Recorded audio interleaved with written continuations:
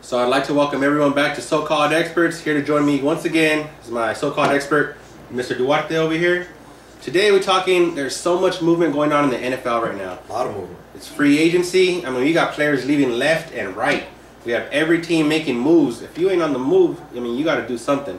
So today, is it just me, or is this like the craziest free agency the NFL has ever had that you can think of? It feels like the prom. There's so much anticipation for it. You know, a lot of actions going on, and on top of that, who's going to be the king, or where is the king going to go? And that's of course Peyton Manning. Right. So you got the king. So who's the queen? I say the Dallas Cowboys. All right. So I mean, we got all this Cowboy fans out there. We got all this movement. We got. I mean, who are the big winners and losers? Would you say right now? I mean, to me, I would say the name of it right now, who's winning the popularity contest, would be the Buccaneers. Big signings: Vincent Jackson, Carl Nicks, Eric Wright. But is that enough for them to compete? You know what? What I will say is, like, and just piggyback on what you just mentioned, was they went after the three big names. Mm-hmm. You know, they needed a big receiver, physical receiver, and they got that with Vincent Jackson. They needed someone to protect that quarterback, and they got that with Nicks, and someone to defend with Eric Wright. Yeah, I mean, you got Drew Brees, you got Matt Ryan in that division. You need a DB to help improve that defense. As far as position goes, they got the two best players that are available at those positions. Right. And I agree with that. I love the fact that they're making moves. I love the fact that they're willing to spend money. Mm-hmm. Is it going to be enough to win that division? I don't think so. Okay. Will it be enough to be a wild card? Maybe. Yeah. I think that's what they're going for, in the wild card. And I think you have to, because when you look at teams that play in their division, like the Saints, who had the most high-powered offense out there, they can't compete with that. Mm-hmm. And then you look at another team, the Falcons, you know, who are up and coming, they're getting better.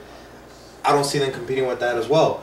But when you look at the wild card teams, you know, it can come from any division. Right. And I do put them as being competitive wild card team. Okay, so let's say nothing else changes for them as of right now.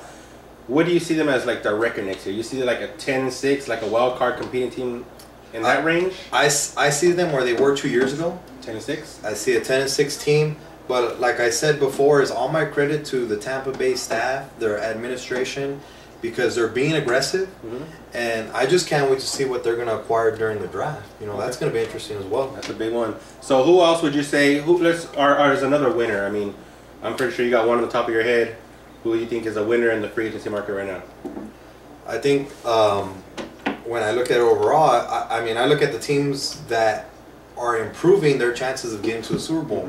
You know, and the teams that were the playoff teams, we talk about, you know, the Packers, we talk about the Patriots, we talk about the Giants, the Ravens, the Steelers, the Niners, the Broncos, and of course I'm going to say the Niners. Right. And the reason I say that is because they realized that they needed a big receiver who's going to command that outside presence. Do you still think Randy Moss is that big receiver? I don't think he necessarily has to make those catches. What I just think he needs to do is stretch the defense. Okay. And I still believe that he commands that presence.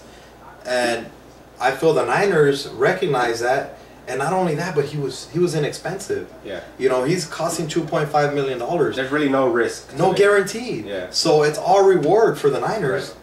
So do you think that's enough for someone like Michael Crabtree to come out and finally make an impact on this team, with Randy Moss pulling all the coverage off of him? I feel that if he can't make an impact at this point, then we need to start looking at maybe trading him away, or not, maybe realizing that, you know, Alex Smith is not the future of our franchise. And it's hard to say, but the 49ers love Alex Smith. You know, if he's been there for 5 years already, and they just love him. Why? I feel because they've already invested too much. You know, you have that #1 pick, and at the same time, he's not doing anything to hurt himself, like say a Jamarcus Russell with publicity or anything like that. And he does work hard. So he's putting in the effort. It's just not correlating to the field. Okay. But I think when you go 13-3, that says a lot. It does. So let's go to some of the other more popular teams out there. We got teams like the Raiders, the Cowboys, you know, the Patriots. Not really making that many moves this year. I mean, the team like the Steelers, you know, our thing is Mike Wallace. Can we hold on to him? Which like I heard earlier on TV, they say no news is good news for us. Right. You know, the fact that he's still there, both good for us. But it's a team like the Raiders, you know, losing the tight end. They just lost Kevin Boss, released him. They haven't made any moves. Cowboys, minimal moves. What do you think the Cowboys? Kyle Orton and Carr. Well, what I love is I love that Carr move. Maybe he was a number 2 available, maybe even number 1. You know, you can make that argument. But before that, they had just released Terrence Newman. So obviously there was a void there. You know, before they had made that move, even before Terrence Newman, they recognized right away that they needed that number 1, you know, DB. The only difference is that he plays at the same side as Michael Jenkins, which was on the right side. So who do you put on the right? Who do you move?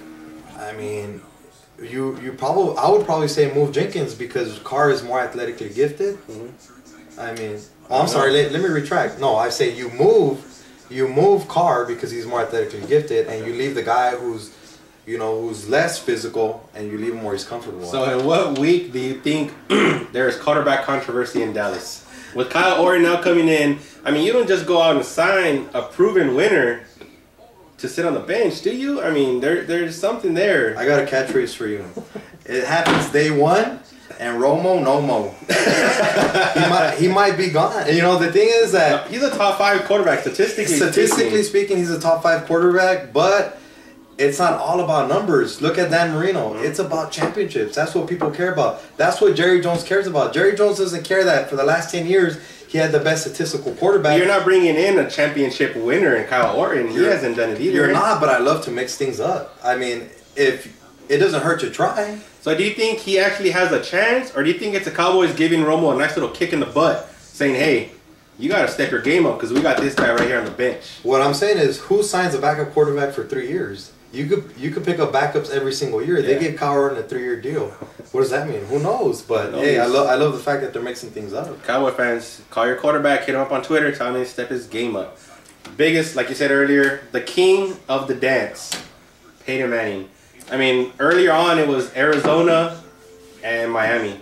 With all the moves that have gone on now, who do you see him going to? Me personally, I had him at Miami. I thought him and Marshall, he was going to bring Wayne, who's from the U. You know, he wanted to go back home. He has Jake Long, Pouncey, Reggie Bush, number 6 overall defense last year. That to me was the perfect place for him. Now Marshall's gone.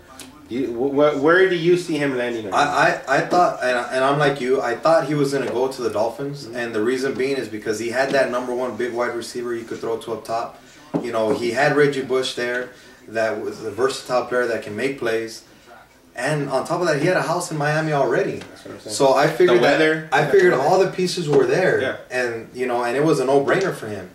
But then they traded away Marshall, who was their biggest threat over the top. And who else do they have left? Best. And then now Reggie Wayne's out of the mix. Reggie Wayne's went back to Indy, so he has no receivers in Indy if he goes there. So does that open it up for Arizona? I think what it does is it doesn't open it up for Arizona. I think it opens it up even more for Tennessee. You know, I think Kenny Britt, a lot of people underestimate him. I think he could be a top 5 wide receiver. Do you think there's a part of Manning that wants to go there to stick it to the Colts? Do you think that's in Manning's head? Like, I would like to kick their butt for the next 3 years? I would. You're talking about someone who had such a huge impact, and you almost gave him the cold shoulder in a sense.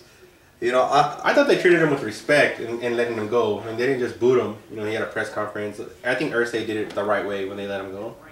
Yeah, I mean, as far as respect goes, yeah, I think so. But, you know, it's such a business now. And you're talking about a player who probably can still play. I'm not saying at the level that he was playing before the surgery, but it's obvious that he can still play because he still commands so much interest. And you still had the number 1 pick. You know, and hey, make a run with Peyton. And you know what? So where do you have him going? With dignity. So you having him going to? I say right now I have him going to Tennessee. Tennessee. I say the what I've been hearing is the number 1 in the sweepstake right now is Denver, which to me doesn't really make that much sense. Does he really want to go play a mile high in the freezing cold weather with a bad nerve? I think he wants to stay in the warm weather, Arizona, Miami. Like we said earlier, Miami got rid of some of their, you know, things that are intriguing to him. So now I think Arizona's a front runner. Tennessee's stepping up their game. But with that being said, we got all this free agency. Stay tuned. We'll probably have another show coming up soon when free agency ends. For Delara, Duarte, any final shout-outs? What I want to say is support your troops. Anytime you see one at the bar, buy them a drink. We would both love it. You see us at the bar, we take a free drink anytime. Anytime. So-called experts, and we're out.